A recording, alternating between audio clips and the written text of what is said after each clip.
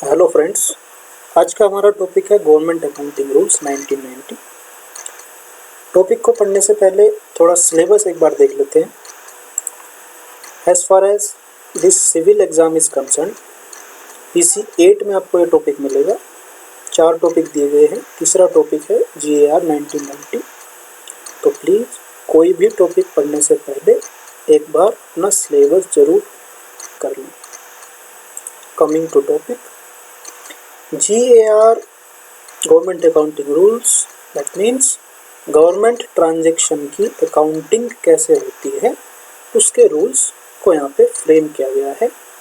अब ये जो रूल्स है उनको कौन फ्रेम करेगा और किस अथॉरिटी से फ्रेम करेगा, ये दो बातें जानना बहुत ज़रूरी है।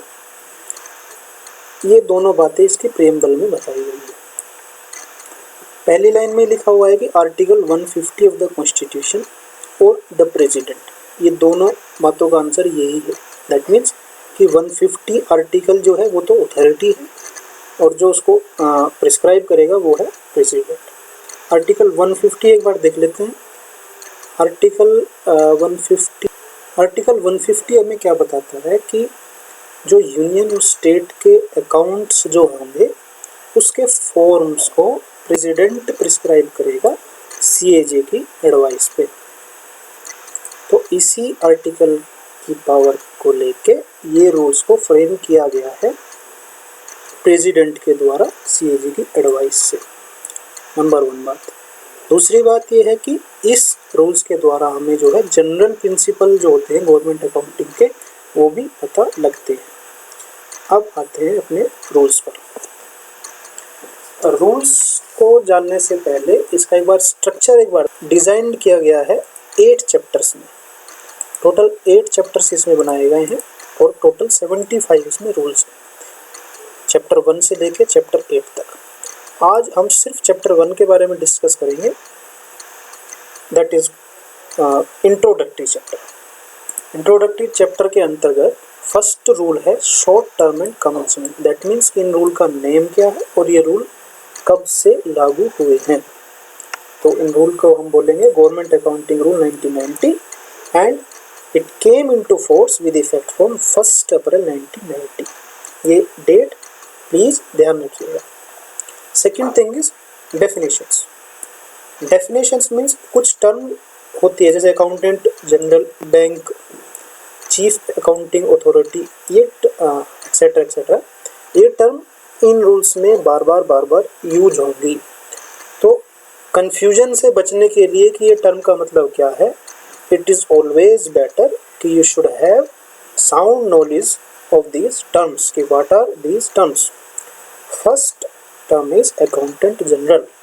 What is accountant general? Accountant general means कि अगर कोई अकाउंट्स का ऑफिस है जो कि CAG का सबऑर्डिनेट है, एन अकाउंट्स ऑफिस वो is subordinate to the CAG, उस ऑफिस का हेड हमारा AG यानी कि अकाउंटेंट जनरल होगा। दूसरी डेफिनेशन है इसमें बैंक की। बैंक के रिगार्डिंग यहाँ पे 3 डेफिनेशंस दी गई है। फर्स्ट है any branch of the state bank, second है any branch of a subsidiary bank to the state bank, और तीसरा है एनी अदर ब्रांच और bank as may be appointed by RBI। इन तीनों डेफिनेशंस को एक बार देख लेते हैं। फर्स्ट तो हो गई any branch of State Bank India acting as agent of Reserve Bank. दूसरी हो गई कोई भी सब्सिडरी बैंक की ब्रांच जो कि state bank of India act section 2 में डिफाइन की गई है। इस एक्ट का सेक्शन 2 एक बार देख लेते हैं। इसके सेक्शन 2 में क्या दिखाया गया है कि corresponding bank means state bank of Bikaner, state bank of Indore, state bank of Mysore, Patiala and Travancore. That means कि ये 5 बैंक इस पर्टिकुलर रूल्स के लिए एप्लीकेबल होंगे। और तीसरी डेफिनेशन थी इसमें कि कोई भी ब्रांच किसी भी बैंक की जो RBI द्वारा अपॉइंट की गई हो as per sub section 1 of section 45 RBI act. अब ये सेक्शन 45 क्या है इसको एक बार देख लीजिए। तो सेक्शन 45 RBI एक्ट की है appointment of agent. This section authorise the RBI to appoint the national bank और द स्टेट बैंक और a corresponding new bank constituted for the government transaction. ये RBI जो है किसी भी बैंक को नॉमिनेट कर सकता है। तो इसकी 3 डेफिनेशन हमारे पास हो गई। पहली है स्टेट बैंक का कोई ब्रांच, सेकंड है कोई subsidiary bank to the state Bank, जो 5 बैंक हमने पढ़े, और तीसरा है कोई भी बैंक, किसी भी बैंक की ब्रांच जो कि RBI द्वारा अपॉइंट की गई। इन तीनों डेफिनेशंस में, इन तीनों बैंकों में से अगर कोई भी बैंक आता है that will be applicable to these rules. Now next is Chief Accounting Authority. What does that mean? कोई भी सेंट्रल गवर्नमेंट का मिनिस्ट्री है या डिपार्टमेंट है, उसका सेक्रेटरी, ध्यान दीजिएगा, उसका सेक्रेटरी चीफ अकाउंटिंग अथॉरिटी होगा। या फिर दूसरे केस में अगर कोई यूटी है जिसका अकाउंट सेपरेट कर दिया गया है, उस केस में उसका चीफ सेक्रेटरी या चीफ कमिश्नर उसका चीफ अकाउंटिंग अथॉरिटी होगा। सिविल अकाउंट ऑफिसर, ये क्या है? दैट मीन्स कि एक अकाउंट्स ऑफिसर या तो CAG के सबऑर्डिनेट हो, या एक प्रिंसिपल अकाउंट ऑफिसर हो, या एक पेड अकाउंट ऑफिसर हो। इन तीनों में से कोई भी हो उसको हम बोलेंगे सिविल अकाउंट ऑफिसर। CAG का डिफाइन करने की बहुत ज़्यादा ज़रूरत नहीं है, बट फिर भी आर्टिकल 148 CAG को मैंडेट करता है that there will be a CAG। उसकी ड्यूटी, उसकी पावर्स क्या होंगी, उसकी सर्विस कंडीशंस क्या होंगी, ये लोग हम ऑलरेडी DPC एक्ट में डिस्कस कर चुके हैं। कंट्रोलर जनरल ऑफ अकाउंट्स, ये बहुत इम्पोर्टेंट है as far as these rule are concerned, because these rules are published by this CGA, that means Controller General of Accounts। ये आते हैं ministry of finance, department of expenditure के under में। इनका काम क्या है? इनका काम है prescribing the form of account of union and state, जो कि प्रेसिडेंट को करना था एज पर आर्टिकल 150, अभी हमने पढ़ा, बट प्रेसिडेंट ने CGA को अथॉरिटी दी है ये काम करने के लिए on the advice of CAG। That means कि आर्टिकल 150 में प्रेसिडेंट को जो काम करना था वो प्रेसिडेंट ने खुद ना कर कर CGA को अथॉरिटी दे दी है ये काम करने के लिए। काम क्या है? Prescribing the form of account of union state, उनको प्रिस्क्राइब करना, उनको फ्रेम करना, उनको रिवाइज करना, और उनके लिए जो नेसेसरी रूल रेगुलेशंस या मैनुअल जो कुछ भी है उसको प्रिपेयर करना। ये सब काम CGA करता है। CGA किसके अंडर आता है? Ministry of finance, department of expenditure के अंदर। Now next definition is consolidated fund. Consolidated fund के बारे में डिटेल में हम चैप्टर 3 में पढ़ेंगे, बट यहाँ पे इसका डेफिनेशन ना देके यहाँ पे सिर्फ रेफरेंस दिया गया है कि close 1 of article 266 of the constitution में इंडिया और स्टेट के लिए इसका डेफिनेशन मिलेगा, एंड UT एक्ट 1963 सेक्शन 47 में UT के रिगार्डिंग इसका डेफिनेशन मिलेगा। तो वो दोनों सेक्शंस एक बार देख लेते हैं। आर्टिकल 266 ऑफ द कॉन्स्टिट्यूशन क्या कहता है? आर्टिकल 266 में लिखी हुई है कंसोलिडेटेड फंड की डेफिनेशन। कंसोलिडेटेड फंड मीन्स कि स्टेट के ऊपर ड्यूटीज़ लगा के या टैक्स लगा के या इंडिविजुअल के ऊपर टैक्स लगा के जो भी रिवेन्यू गवर्नमेंट जनरेट करती है, या लोन्स इशू करके उनके रीपेमेंट में उनको जो भी रिवेन्यू मिलता है, वो सारा मनी एक कंसोलिडेटेड फंड में जाएगा जिसका नाम होगा consolidated fund of India. Similarly state के केस में ये होगा कंसोलिडेटेड फंड ऑफ स्टेट। और दूसरा डेफिनेशन यूटी के केस में इन्होंने दिया, प्रेफर किया था section 47 of UT act. Section 47 of UT act में क्या लिखा हुआ है कि एक कंसोलिडेटेड फंड ऑफ यूटी होगा, उसमें सारा revenue received in the behalf of government of India और एडमिनिस्ट्रेशन, ये सारा रेवेन्यू जो गवर्नमेंट ऑफ इंडिया और एडमिनिस्ट्रेटर के बिहाफ पे रिसीव किया जाएगा वो सारा कंसोलिडेटेड फंड ऑफ यूटी में जमा हो जाएगा। उसके बाद आता है कंटिंजेंसी फंड। कंटिंजेंसी का फंड का रेफरेंस इन्होंने दिया है clause 1 of 2 article 267 of the constitution और clause section 48 of the UT act 1963। तो उनके रेफरेंस एक बार देख लेते हैं। आर्टिकल 267(1) में क्या लिखा हुआ है। आर्टिकल 267(1) में इसका डेफिनेशन है कंटिंजेंसी फंड का। कंटिंजेंसी फंड क्या होता है, इसके बारे में दो चीज़ें जानना बहुत ज़रूरी है। इस फंड का नेचर होता है इंटरेस्ट। इंटरेस्ट का मीनिंग क्या है? इंटरेस्ट का मीनिंग है कि एक फिक्स्ड अमाउंट रहेगा, उसमें से कुछ डिसबर्समेंट होगा, दोबारा से उसको रिकूप कर दिया जाएगा। फॉर एग्जांपल, अगर 2 लाख रुपए फिक्स्ड अमाउंट है, उसमें से 1 लाख रुपए का डिसबर्समेंट आपने कर दिया है, तो वापिस से वो 1 लाख रुपए उसमें जमा करके उसको 2 लाख बना दिया जाएगा and that amount will be fixed.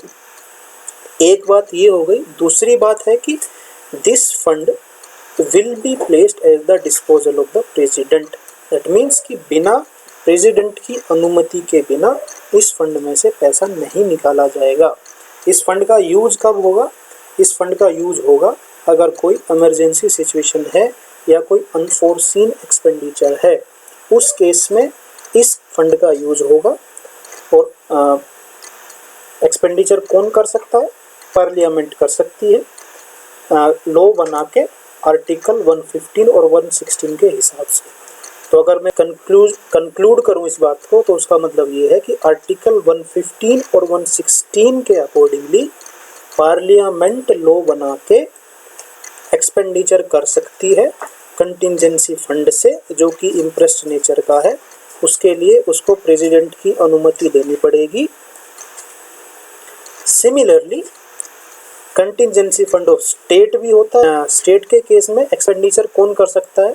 State legislature rule बना के आर्टिकल 205 और आर्टिकल 206 के अकॉर्डिंग उसके लिए उसको गवर्नर की अनुमति लेनी पड़ेगी। ओके, अब यूटी के केस में इसका रेफरेंस दिया है 48 एक्ट का सेक्शन 48 क्या बोलता है? कंटिंजेंसी फंड की डेफिनेशन सेम डेफिनेशन है। Contingency fund of the UT क्या होगा? इंटरेस्ट नेचर का होगा, एडमिनिस्ट्रेट के डिस्पोजल के लिए रखा जाएगा। लेजिस्लेटिव असेंबली यूटी की उसके लिए लॉ बना सकती है। कंसोलिडेटेड फंड में से ये पेड होगा। ये यस, एक बात ध्यान देने की है कि जो ये हम बोल रहे हैं कि इंटरेस्ट होगा, इसमें एक फिक्स्ड अमाउंट रखा जाएगा, बट ये पैसा आएगा कहाँ से? ये पैसा आएगा कंसोलिडेटेड फंड से। यूनियन के केस में कंसोलिडेटेड फंड ऑफ इंडिया से, स्टेट के केस में कंसोलिडेटेड फंड ऑफ स्टेट से, और यूटी के केस में कंसोलिडेटेड फंड ऑफ यूटी से। ये सारी चीज़ों को अपेंडिक्स 1 में भी डिफाइन किया गया है। नेक्स्ट डेफिनेशन की तरफ बढ़ते हैं। Defence department. डिफेंस डिपार्टमेंट का मीनिंग है कि सेंट्रल गवर्नमेंट का वो डिपार्टमेंट जिसका एक्सपेंडिचर डिफेंस बजट से होता हो।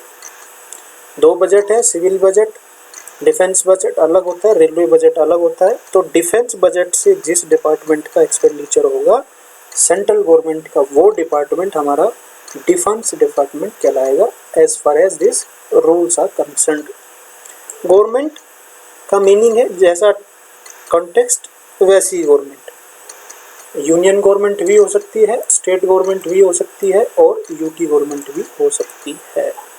Next definition is public account. Public account के लिए रेफरेंस इन्होंने दिया है क्लोज 2 का आर्टिकल 266 ऑफ आवर कॉन्स्टिट्यूशन। एक बार देख लेते हैं आर्टिकल 266 क्लोज 2। उसमें ये बोलते हैं कि all other public monies. All other का मीनिंग क्या है? ऊपर हमने अभी डिस्कस किया कि जितना रेवेन्यू जनरेट करेगा गवर्नमेंट टैक्सेस से, ड्यूटीज से या लोन के रीपेमेंट से, उसको छोड़कर जितने सारे पब्लिक मनीज होंगे जो रिसीव करेगा गवर्नमेंट या गवर्नमेंट के बिहाफ पे रिसीव किए जाएंगे, चाहे वो गवर्नमेंट ऑफ इंडिया हो या गवर्नमेंट ऑफ स्टेट हो, वो सारे जो मनीज हैं, पब्लिक मनीज हैं, वो क्रेडिट हो जाएंगे पब्लिक अकाउंट में। उसका नाम होगा पब्लिक अकाउंट। अगर वो गवर्नमेंट ऑफ इंडिया है तो पब्लिक अकाउंट ऑफ इंडिया हो जाएगा, गवर्नमेंट ऑफ स्टेट है तो पब्लिक अकाउंट ऑफ स्टेट हो जाएगा। नेक्स्ट है रिजर्व बैंक। रिजर्व बैंक का मतलब रिजर्व बैंक ऑफ इंडिया, जो कि 1934 में कॉन्स्टिट्यूट किया गया था। स्टेट, स्टेट का मीनिंग है इंडियन स्टेट, कोई भी स्टेट है, जो कि फर्स्ट शेड्यूल में भी लिखा हुआ है कॉन्स्टिट्यूशन के, डिफाइन करने की जरूरत नहीं है। द कॉन्स्टिट्यूशन कहीं भी लिखा रहेगा उसका मीनिंग होगा कॉन्स्टिट्यूशन ऑफ इंडिया। ट्रेजरी कहीं पे भी लिखा रहेगा तो समझ जाना है कि दैट इंक्लूड्स ए सब ट्रेजरी ऑल्सो। आते हैं रूल थर्ड पर। रूल थर्ड में बताया हुआ है कि आर्टिकल्स ऑफ द कॉन्स्टिट्यूशन या कोई भी एक्ट के सेक्शंस, कौन कौन से सेक्शंस, कौन कौन से आर्टिकल्स को यूज़ किया गया है इन रूल्स को फ्रेम करते टाइम। इतने सारे आर्टिकल्स को यूज़ किया गया है, उन सारे आर्टिकल्स को इन्होंने रिप्रोड्यूस कर दिया है अपेंडिक्स 1 में। तो अगर ये सारे आर्टिकल्स आपको देखने हैं तो you can go to appendix 1 to these rules. Appendix 1 में उन सारे आर्टिकल्स के बारे में हमको बताया है, जो जो इन रूल्स को फ्रेम करने के टाइम यूज़ किए हैं, जो जो रिलेवेंट है। जैसे आर्टिकल 266, 267 और भी है, जैसे आर्टिकल 283, सेक्शन 47, 48 यूटी एक्ट का जो अभी हमने देखा, आर्टिकल 112, ऐसे बहुत सारे आर्टिकल्स हैं। अभी डिस्कस करते रहेंगे जैसे जैसे रूल्स में आगे पढ़ेंगे। तो ये सारे आर्टिकल्स को अपेंडिक्स 1 में इन्होंने रिप्रोड्यूस किया हुआ है। आगे बढ़ते हैं। Rule number 4, annual accounts. बहुत इम्पोर्टेंट रूल है, अच्छे से इसको समझना पड़ेगा।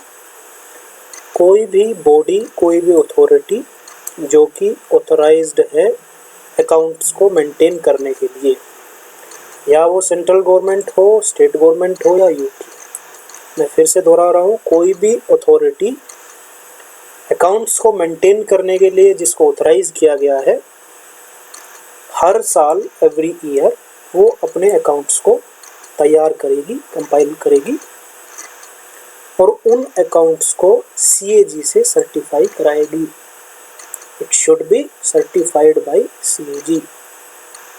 अब उन अकाउंट्स के अंदर उनको रेस्पेक्टिव हेड के अंदर annual receipt and disbursement show करना पड़ेगा। इसका मतलब क्या है कि कितना बजट आया है और कितना खर्चा हुआ है, ये उनको अलग अलग अलग हेड्स में शो करना पड़ेगा। हेड्स क्या होते हैं, जैसे हम धीरे धीरे रूल्स आगे पढ़ेंगे वहाँ पे हम इसको डिटेल में डिस्कस करेंगे। अभी बस इतना समझ लीजिए कि अलग अलग हेड्स में रिसीट और डिसबर्समेंट को शो करते हुए वो बॉडी जो कि ऑथराइज है अकाउंट्स को कीप करने के लिए, अकाउंट्स को मेंटेन करने के लिए, हर साल अकाउंट्स को तैयार करेगी और CAG से सर्टिफाई कराएगी। अब CAG क्या करेगा उन अकाउंट्स का? CAG, the reports of the CAG related to these account will be submitted to the president। CAG उन रिपोर्ट्स को, अकाउंट के जो रिपोर्ट्स बनाया है CAG ने, वो उनको प्रेसिडेंट को सबमिट करेगा in case of union, governor को सबमिट करेगा इन केस ऑफ स्टेट, और एडमिनिस्ट्रेटर को सबमिट करेगा इन केस ऑफ यूटी। अब अकाउंट्स पहुंच गए प्रेसिडेंट, गवर्नर और यूटी के एडमिनिस्ट्रेटर के पास। अब वो उनका क्या करेंगे? प्रेसिडेंट उन अकाउंट्स को पार्लियामेंट में लेट डाउन करेगा, गवर्नर उन अकाउंट्स को स्टेट के लेजिस्लेचर के सामने रखेगा और एडमिनिस्ट्रेटर उन अकाउंट्स को यूटी के सामने रखेगा। कंक्लूड करूं फिर से, ऑथोरिटीज जो कि ऑथराइज्ड है अकाउंट्स को मेंटेन करने के लिए हर साल अपने अकाउंट्स बनाएगी रिसीट और डिसबर्समेंट को शो करते हुए, और वो अकाउंट्स CAG से सर्टिफाई कराएगी। CAG उन अकाउंट्स के जो रिपोर्ट्स है प्रेसिडेंट को सबमिट करेगा यूनियन अकाउंट्स के रिलेशन में, स्टेट अकाउंट जो होंगे वो गवर्नर को देगा और यूटी के जो अकाउंट होंगे वो एडमिनिस्ट्रेटर को देगा। कॉन्सिक्वेंटली प्रेसिडेंट जो है उन अकाउंट्स को पार्लियामेंट के सामने रखेगा, जो रिपोर्ट जो है CAG की। लेजिस्लेचर ऑफ स्टेट के केस में गवर्नर उसके सामने रखेगा और एडमिनिस्ट्रेटर जो है वो यूटी असेंबली के सामने उसको प्रस्तुत। Moving on, rule number 5, issue of subsidiary instructions. जो एक्स्ट्रा इंस्ट्रक्शंस है, इन रूल्स के प्रोविजंस को इफेक्टिव करने के लिए, तो वो इंस्ट्रक्शंस को इशू करने की जो अथॉरिटी है वो किसके पास है, वो इस रूल में लिखा हुआ है। तो वो इशू करने की अथॉरिटी सिर्फ और सिर्फ मिनिस्ट्री ऑफ फाइनेंस के पास है CAG की एडवाइस से। इसका मीनिंग क्या है कि कोई भी नए हेड ऑफ अकाउंट ओपन करना हो या उसको मॉडिफाई करना हो तो वो सिर्फ और सिर्फ मिनिस्ट्री ऑफ फाइनेंस ही कर सकती है, कोई और डिपार्टमेंट नहीं कर सकता। Next is rule number 6, that is related to special provision given to railways, post, telecommunication and defense department। अब ये स्पेशल प्रोविजंस क्या है? अभी हमने पढ़ा कि जितने सारे सेंट्रल गवर्नमेंट्स या स्टेट गवर्नमेंट्स के डिपार्टमेंट्स हैं उनके अकाउंट्स मेंटेन करने के लिए जो फॉर्म है वो CGA प्रिस्क्राइब करेगा on advice of CAG। But here for the sake of practical convenience in departments को कुछ स्पेशल प्रोविजंस दिए गए हैं जो कि railways, post, telecommunication and defence departments हैं कि वो ये जो फॉर्म ऑफ अकाउंट्स है डिपार्टमेंटली उसको प्रिस्क्राइब या डिटरमाइन कर सकते हैं। जो उनकी डिपार्टमेंटल अकाउंटिंग अथॉरिटीज़ है वो ही उन फॉर्म को प्रिस्क्राइब कर सकते हैं on the advice of CAG। इस रूल के इस नोट में पर्टिकुलर एक बात दी गई है कि विद इफेक्ट फ्रॉम 82-83 जो ministry of railways, CGDA control general of defence account, director general post and secretary department of telecommunication, chairman telecommunication, ये अभी जो हमने डिपार्टमेंट जिनका ऊपर जिक्र किया इनको फंक्शन डेलीगेट कर दिए गए हैं। क्या फंक्शन? कि वो नए सब हेड ओपन कर सकते हैं या डिटेल्ड हेड भी ओपन कर सकते हैं, बट मेजर हेड सिर्फ और सिर्फ फाइनेंशियल मिनिस्ट्री ऑफ फाइनेंस ही करेगी, जो हमने रूल 5 में अभी पढ़ा। बट सब हेड्स और डिटेल हेड ये लोग ओपन कर सकते हैं। उसके लिए 2 कंडीशंस ज़रूरी है। पहली कंडीशंस है कि जो भी पावर्स होंगी या जो भी हेड्स ओपन होंगे वो ADI railways, director of audit, defence service या डायरेक्टर ऑफ ऑडिट, ये जितने सारे ऑफिसर्स हैं इनके कंसल्टेशन के बाद ही होंगे रिस्पेक्टिवली, जो जैसा अप्लाई होगा। दूसरा है कि order show issued it should be consistent with the instruction that is given in rule number 5। उसका मतलब है कि माइनर हेड, ऑब्जेक्ट हेड या डिटेल्ड हेड या सब हेड तुम ओपन कर सकते हो, बट मेजर हेड ओपन नहीं कर सकते हो। अब ये मेजर, माइनर, सब मैं क्या बोल रहा हूँ ये धीरे धीरे सब समझ में आ जाएगा जब हम चैप्टर आगे पढ़ते जाएंगे। अभी के लिए सिर्फ और सिर्फ इतना समझ लीजिए कि जो नए मेजर हेड हैं उसको ministry of finance he open कर सकता है, बट जो सब हेड है और डिटेल्ड हेड है वो इन पर्टिकुलर डिपार्टमेंट्स के पास ये पावर डेलीगेट कर दी गई है कि ये लोग भी अपने सब हेड्स और डिटेल हेड ओपन कर सकते हैं। So that conclude our chapter 1, that is introductory part of this government accounting rules. इस वीडियो को बनाने में because I felt very nervous, this is my first time I am doing this kind of stuff, so please excuse me अगर कहीं पे कुछ उल्टा सीधा कुछ मुंह से निकल गया हो। अगर कोई बात में किसी भी चीज़ का क्लैरिफिकेशन है, please do comment and we will discuss chapter 2 further.